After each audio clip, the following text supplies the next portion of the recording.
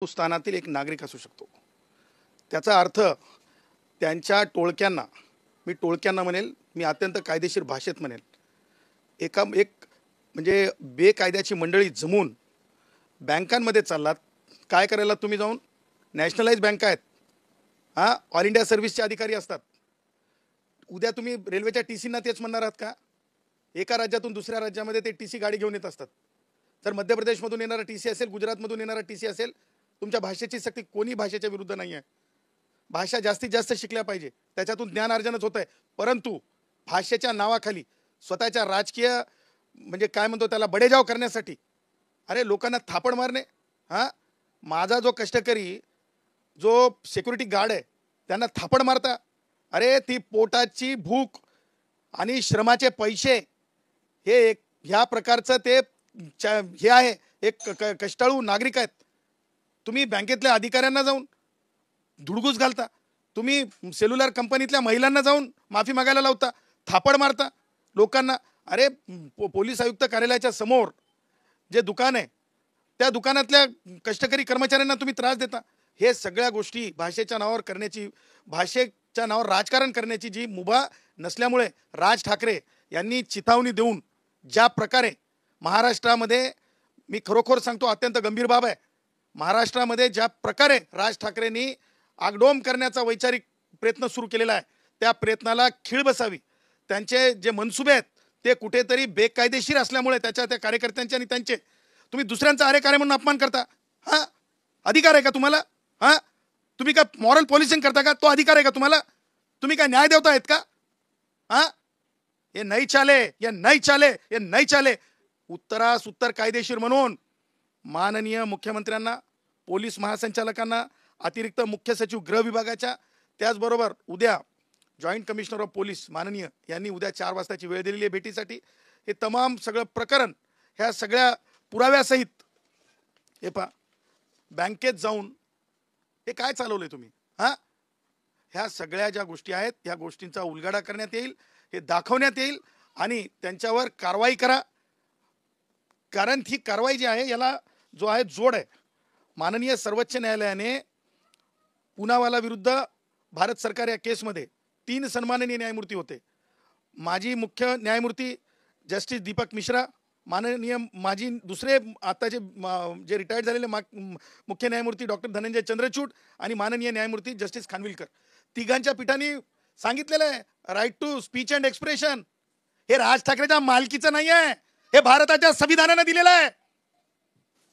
त्याच्यामुळे ह्या गोष्टीला कुठे ना कुठेतरी प्रतिबंध केला पाहिजे आणि ते प्रतिबंध करण्यासाठी कायदेशीर भूमिका सरकारसमोर आणि कायदेशीर भूमिका लोकांमध्ये विश्वास निर्माण करण्यासाठी ये बंबई आहे, ये मुंबई आहे. या मुंबईमध्ये गुजराती भावाचं कर्तबगारी आहे. या मुंबईमध्ये जे आहे उत्तरेतील भावांची कर्तबगारी आहे. बिहार, झारखंड, छत्तीसगड सगळ्यांनी मिळून या मुंबईला नावलौकिक आर्थिक राजधानी जागतिक स्तरावर नेऊन ठेवलेली आहे. हे काय एका राज ठाकरेने नाही. काय राज ठाकरे, राज ठाकरेची किमया काय, या मुंबईसाठी राज ठाकरेचं देणं काय? कधी एखाद्या MPSCच्या विद्यार्थ्यांच्या प्रकरणात राज ठाकरे, कधी कष्टकऱ्यांच्या प्रकरणात राज ठाकरे, कधी मला सांगा एखाद्या म्हणजे श्रद्धेच्या प्रकरणात आहे. राज ठाकरेनं लिमिट क्रॉस केली आहे. कुणी बोलत नाहीत म्हणून काय झालं? त्या ज्या छत्रपती शिवाजी महाराजांच्या नावे असलेल्या शिवाजी पार्कवर काय बोलला राज ठाकरे? राज ठाकरे बोलत होते की गंगा मैयाच्या बाबतीमध्ये तिथं एवढी घाण होती म्हणे की म्हणजे भारत चीनची जी भिंत आहे ती बांधली जात होती. तुमच्या डोक्यामधली भिंत तोडा. तुमच्या डोकं जे आहे ॲप्लिकेशन ऑफ माइंड ठेवा.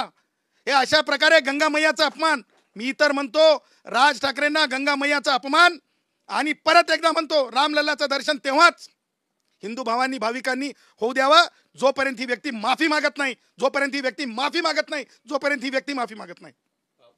मनसे अध्यक्ष राज ठाकरेंनी हे आवाहन केल्यानंतर वेगवेगळ्या भागामध्ये बँकांमध्ये मनसैनिक जाताना दिसत आहेत. तर आता तुम्ही केलेल्या तक्रारीनंतर त्याची दखल घेतली जाईल का आणि योग्य ती कारवाई होईल का? कारण मनसैनिक हे नेहमीप्रमाणे त्यांची स्टाईल आहे खळखट्याक आंदोलनाची, ते जातात, गुन्हे दाखल होतात आणि त्या कारवाईला ते जुमानत पण आहे. तर तुमच्या या अर्जानंतर काय नेमकं त्याच्यामध्ये होऊ शकतं, काय अपेक्षा आहेत? अहो, हे 4-2 लोकांचे टोळके आहेत.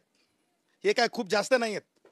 आणि सांगायचं झालं तर स्पष्टपणे कायद्यापेक्षा ना तर राज ठाकरे मोठे आहेत, कायद्यापेक्षा ना तर राज ठाकरे मोठे आहेत. आणि ते कोणी टोळकी पोरं आहेत ना बँकांमध्ये जाऊन जे धिंगाणा घालत आहेत, जो त्रास देत आहेत, तुम्हाला माहिती आहे बँकेमध्ये शूटिंग केली जाऊ शकते का? आणि पोलीस सुद्धा दखल घेण्यात आलेत. पोलिसांनी दखल घेतली पाहिजे. काय सांगितलंय सुप्रीम कोर्टाने? स्पष्टपणे सांगितलेलं आहे की सोशल मीडिया वॉच केला पाहिजे. सोशल मीडियावरून जर अशा प्रकारे मॉब लिंचिंग सारखे प्रकार घडत असतील तर त्या प्रकाराला आळा घालण्यासाठी मॉनिटरिंग झाली पाहिजे, गुन्हे दाखल झाले पाहिजे. बरोबर आहे, माझी कष्टकरी भगिनी रोडवर भाजीपाला विकत असेल, दंड भरत असेल ना ती. मला सांगा, माझा टॅक्सीवाला भाऊ चालवत असेल टॅक्सी, टॅक्सीत राहत असेल, कष्ट करतोय ना तो, त्याच्या त्याच्या व्यक्ती स्वातंत्र्याला, त्याच्या भाषीय स्वातंत्र्याला तुमची भाषा महाराष्ट्र शासनाची असू शकेल ना, तुमचा पत्रव्यवहाराचा विषय, परंतु जिथे माझ्या पर्सनल लिबर्टीचा सवाल आहे, राईट टू एक्सप्रेशन अँड स्पीचचा सवाल आहे, तिथे मात्र कोणी सुद्धा बॅरिकेटिंग बांधू शकणार नाही. हे डंकेकी चोट पे मला सांगायचं. तुम्ही उद्या पोलीस आयुक्तांना भेटण्याचा प्रयत्न करणार आहात का? कारण मुख्यमंत्री आणि पोलीस महासंचालक सगळ्यांनाच तुम्ही हा अर्ज देता आहात. उद्या किती वाजता पोलीस आयुक्ताला तुम्ही जाणार आहात? बघा, कालच संध्याकाळी आम्ही ईमेलद्वारे माननीय मुख्यमंत्री महोदयांना आणि वरिष्ठ अधिकाऱ्यांना राज्य शासनाच्या हे निवेदन पाठवलेलं आहे. आज सन्माननीय joint commissioner of police Devendra Bharti साहेबांनी उद्या 4ची शिष्टमंडळाला वेळ दिलेली आहे. उद्या 4 वाजता आम्ही त्यांना भेटायला जाऊ.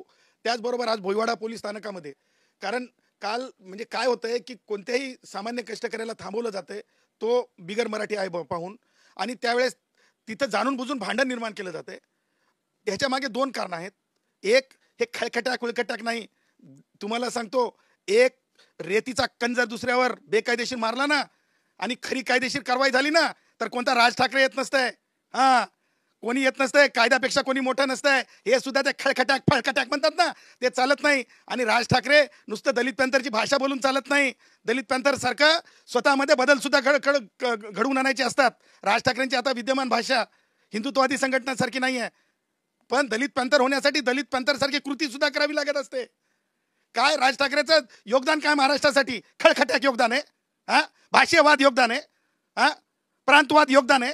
मला वाटतं राज ठाकरेचं योगदान एवढंच आहे की कुठेतरी आपण जे म्हणतो ना, हातचाला एक पॉलिटिक्स, असं राज ठाकरेचं योगदान आहे. साहेब, दुसरा एक प्रश्न, सध्या महाराष्ट्रामध्ये कुणाल कामराच्या त्या विडंबनात्मक कवितेचं चर्चा आहे. त्यानं जी काही उपमुख्यमंत्री एकनाथ शिंदे यांच्यावरती टीका केलेली होती, त्यानंतर शिवसेनेचे अनेक नेते उघडपणे त्याला धमकी देत आहेत. तो महाराष्ट्रात अजून आलेला नाहीये, पोलीस त्याला समन्स बजावत आहेत, मात्र तो चौकशीला हजर राहत नाहीये. मात्र राहुल कनाल असतील, मंत्री प्रताप सरनाईक असतील, हे त्यांना मारहाण करण्याची भाषा करतायत. तर कॉमेडी केल्यानंतर अशा पद्धतीची मारहाणीची धमकी देणं हे तुम्हाला योग्य वाटतं का आणि त्याकडे कसं पाहताय? बघा, मी तुम्हाला एकच सांगतो, या गोष्टीतलं कायदेशीर सांगतो, संविधानिक आणि न्यायालयाच्या दृष्टीनं सांगतो.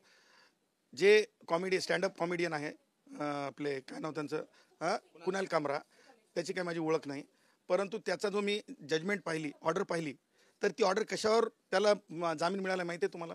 आणि मला सगळ्या राजकीय पुढाऱ्यांना हेच सांगायचं आहे की शिंदेसाहेबांचा अपमान त्या ज्या कामराने केला त्याला जामीन कुणामुळे मिळाला?